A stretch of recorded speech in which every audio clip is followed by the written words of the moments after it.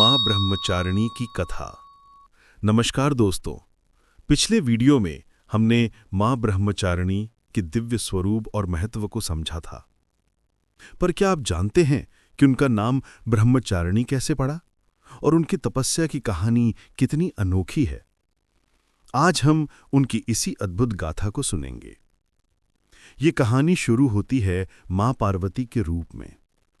जब उन्होंने अपने पिछले जन्म में प्रजापति दक्ष की पुत्री सती के रूप में यज्ञ की अग्नि में देह त्याग दिया, तो उनका अगला जन्म पर्वतराज हिमालय के घर हुआ और उनका नाम पार्वती पड़ा।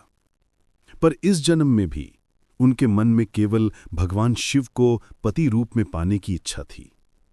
पर पार्वती जानती थीं कि देवताओं के देव महादेव को पति रूप में पाना आसान नहीं। उन्होंने इस अपने संकल्प को पूरा करने के लिए एक कठिन मार्ग चुना, तपस्या का मार्ग। इस तपस्या के दौरान उन्होंने सभी आराम और भोजन का त्याग कर दिया। पहले उन्होंने फल फूल खाए, फिर सिर्फ बेल के पत्ते खाकर रहने लगी। जब उन्होंने ये पत्ते भी खाना छोड़ दिया तो उनका नाम अपर्णा भी पड़ा।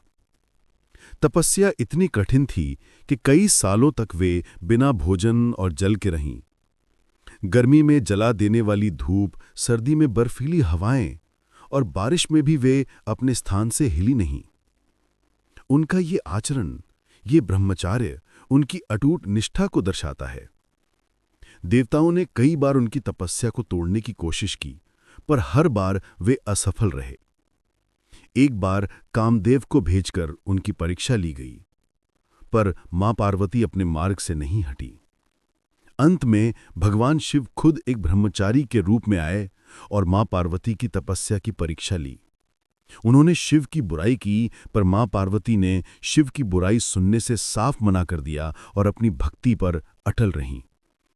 उनकी दृढ़ भक्ति से प्रसन्न होकर शिव उनके सामने अपने असली रूप में प्रकट हुए।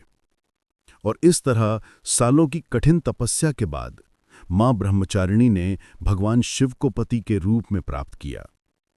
उनका ये रूप हमें ये सिखाता है कि जीवन के किसी भी क्षेत्र में, चाहे वो पढ़ाई हो, नौकरी हो या आध्यात्मिक मार्ग, अगर हम मन पर नियंत्रण रखें, संयम से काम करें और दृढ़ निष्ठा के साथ अपने लक्ष्य पर अटल रहें, तो हमारी सफलता निश्चित है। मां ब्रह्मचारिणी से प्रार्थना करें कि वे हमें ऐसी शक्ति प्रदान करें कि हम हर मुश्किल में अडिग रहें और अपनी भक्ति के मार्ग पर बिना रुके आगे बढ़ें।